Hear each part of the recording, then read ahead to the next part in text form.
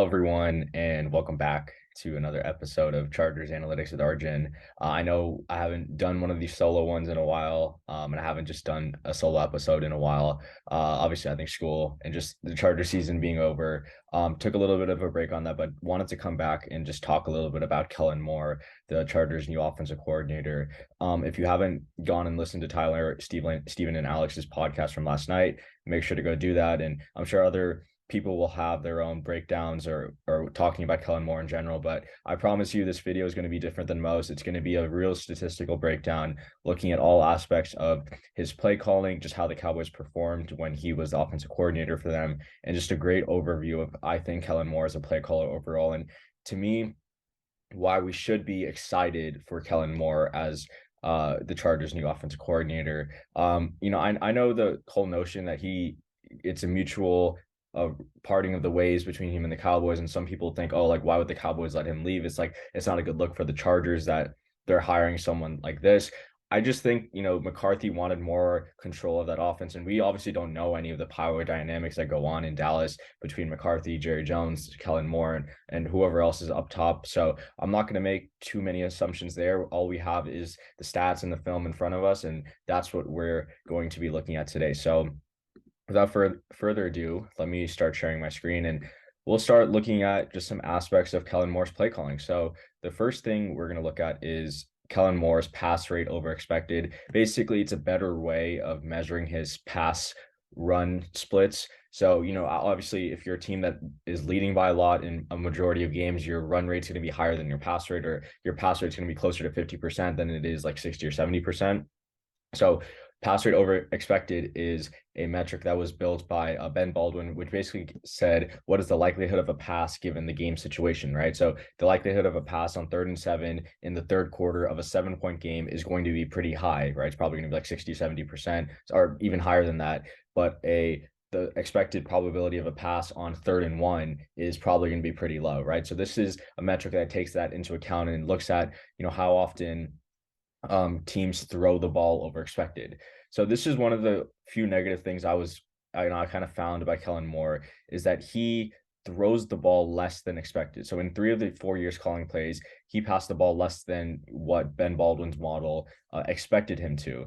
In 2019, he was about 2.5% less than expected, and in 2021 that was the only year he threw the ball more than expected. Now, there are some caveats to this, right?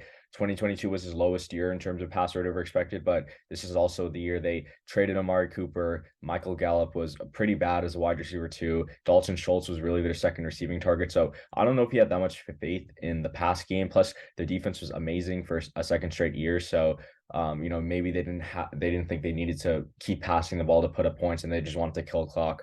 But this is one of the things that when Moore comes to LA, I want Staley to have more of an influence in this, where this needs to be positive every single year of Herbert's career. He is an elite quarterback. You want the ball in his hands more often than not. I don't really care how bad the receivers are or how bad the offensive line is. I don't know how much Kellen Moore is going to revitalize his run game, which I'll get to in a little bit, but I want to see the ball in Herbert's hands more often than not. So this has to be positive every single year that Kellen Moore is with LA. It could just be 1 year, but for however long Kellen Moore is with the Chargers need to have a positive pass rate over expected, which is something they had with Joe Lombardi. And I'm hoping Staley's able to convince Moore to kind of change his ways on this exactly. The next graph we're going to look at is just the Cowboys' overall offensive efficiency by season. So as you can see, that the Cowboys have had a top 10 offense for about 3 years of Kellen Moore's play calling. The only year they didn't have a good offense, or at least an above average offense, was 2020, which is the year that Dak got hurt and they were starting Andy Dalton, and I believe like they had a bunch of other injuries on the offense. So Kellen Moore's called plays for an above average offense every single year of his career that Dak Prescott's played a majority of the season. So this is like a relatively good thing. Obviously, the Chargers should be shooting for a top 10 offense rather than just an above average offense. But I think we can see like some of the highs, like in 2019 and in 2021, he was part of a top 5 offense. And in 2022, they took a little bit of a dip because they ran the ball more And then also trading away Amari Cooper, it's just hard to replace that production. And obviously, Dak missing like 5 games at the start of the season is going to put a dent in some things. Tyron Smith being out. So I think relatively for the most part, I did find it a little bit impressive that he called an above average offense and frankly a top 10 offense, despite not having some key pieces due to injury and also trading them away. Breaking down this graph by, if it lets me move on to the next one. So we're going to break this graph down by run and pass. So this is the Cowboys EPA. So that stands for expected points added per drop back by season. So as you can see, it's literally the same graph actually.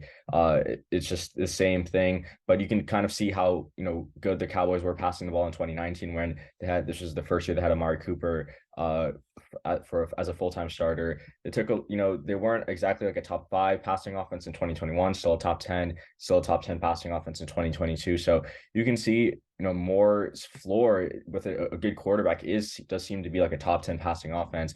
And again, in 2022, he called plays for a top 10 passing offense, despite Michael Gallup not doing anything as wide receiver 2, Noah Brown really being the wide receiver 2 or 3, Dalton Schultz being the second receiving option, and not having Tyron Smith for a majority of the season. So I did find this interesting, and I think the trend is good. Moving on to the Cowboys run game, which I know a lot of people are interested about. This is a positive. The Cowboys have had an above average rushing attack per EPA per rush in every single season of Moore's play calling career. Now, there's obviously some caveats to this where they've actually averaged a negative EPA per rush every single year of Moore calling plays. So while they are an above average unit, they're still losing points basically every time they rush the ball. So it's kind of the trade-off. At least they're above average, but they're still losing points. And again, part of that is Zeke declining. He got the bag in after the 2019 season, and every year since then he's gotten worse. But again, there's other factors here, just offensive line injuries, especially in 2022. Potentially the ownership forcing Kellen Moore and Mike McCarthy to give Zeke the ball more than Tony Pollard, who we all know is a better running back at this point than Ezekiel Elliott. But in 4 out of the 4 years calling plays for the Cowboys did have a top or at least above average rushing attack under Kellen Moore, which is again a good thing given that the Chargers run game wasn't that great for Justin Herbert this season. Now, this is something that I wanted to look at because one of the things that a lot of Cowboys fans were telling me is just Kellen Moore is a good play caller, but it felt like a lot of the times the Cowboys offense was really reliant on Dak Prescott bailing them out on third downs, which it does seem a little bit true here. So for reference, the league average success rate on late downs was about 48% from 2019 to 2022. I definitely think a lot of that is, as you can see, is inflated by 2020, where no crowd noise. It's a lot easier to convert on third down. So maybe you could say the true average is probably in this range right here, which is about 46% of the time they convert on late downs. But for the most part, the Cowboys were an above average offense at converting on late downs in 2 out of the 4 seasons. If we use the 48% league average, we dropped that down to 45, 47, 46%, adjusting for like the crowds and everything. You could say the Cowboys were above league average in about 3 years, and every single year that Dak Prescott was quarterback. So some encouraging signs here. Obviously, the Chargers' early down success has not been there in either year with Lombardi. So going from this graph to my next graph, which is the Cowboys' offensive early down efficiency, you can kind of see they're not that bad of a group when on early downs when Moore was calling plays. So every year that Dak's been healthy and played a majority of the season, which is 2019, 2021, and 2022, they've been an above average passing attack on early downs, which is again a very good thing that you want to stay ahead of the sticks. To my knowledge, if I remember correctly, the Cowboys actually had the lowest average yards to the sticks on third downs, but there's a caveat there because they faced a lot of third and shorts and a lot of like third and intermediates.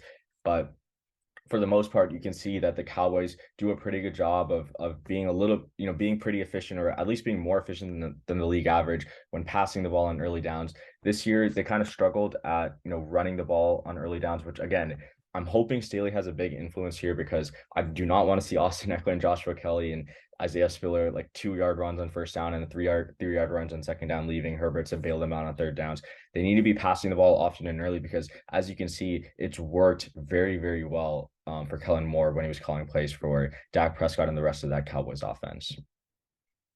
The next thing I wanted to look at, which I'm sure a lot of people wanted to know about, just the Cowboys offensive EPA in the first half and second half of games. We all know the Chargers have always been a pretty good first half team. It's when the defenses adjust to them, they've really struggled. And this year, I mean, I don't even need to talk about the third down or the third quarter touchdown streak, but you can see like the Chargers were basically, I mean, the Chiefs are in every graph, but you can see they're basically like a top seven offense in the first half, and then that kind of slowly falls down to league average in the second half.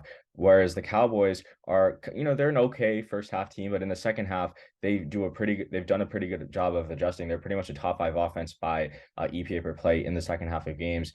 And, the important thing is like all four conference championship teams from this season ranked like top 10 in EPA per play in the second half. Like, and on offense. So I think if you're able to adjust, which Kellen Moore has shown a tendency to do in the second half of games in his 4-year tenure with the Cowboys, you could even filter out the year that Dak was injured in 2020 and see how much higher it goes.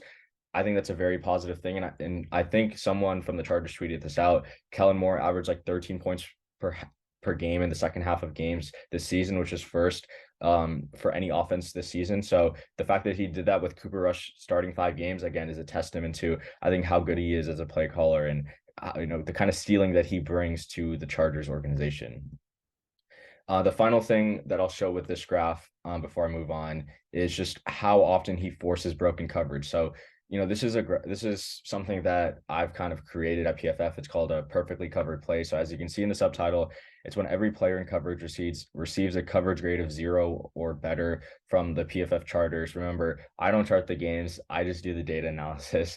So you can see the Cowboys, they were an above average offense at forcing broken coverage by the defense. So again, the Chargers literally league average, but the problem with the Chargers offense is they don't force broken coverage that often. It's at the league average, and their routes are right at the line of scrimmage or shorter. So when you're not forcing broken, when you are forcing broken coverage, it's short of the sticks. So a broken coverage for 6 yards for the Cowboys is different than a 16-yard completion on broken coverage for the Cowboys or a team like the Niners and the Chiefs. So I think Kellen Moore will help to kind of be more innovative in that department. And now that he's like schematically free of Mike McCarthy and Jason Garrett, I am pretty excited to see what he does for the Cowboys and for Justin Herbert. So the last thing I wanted to share my screen again and talk about is just the Cowboys red zone efficiency, which has been the best in the NFL. So for the past 2 years, they've scored a touchdown on 67.4% of their red zone trips, and they've entered the red zone 129 times. So,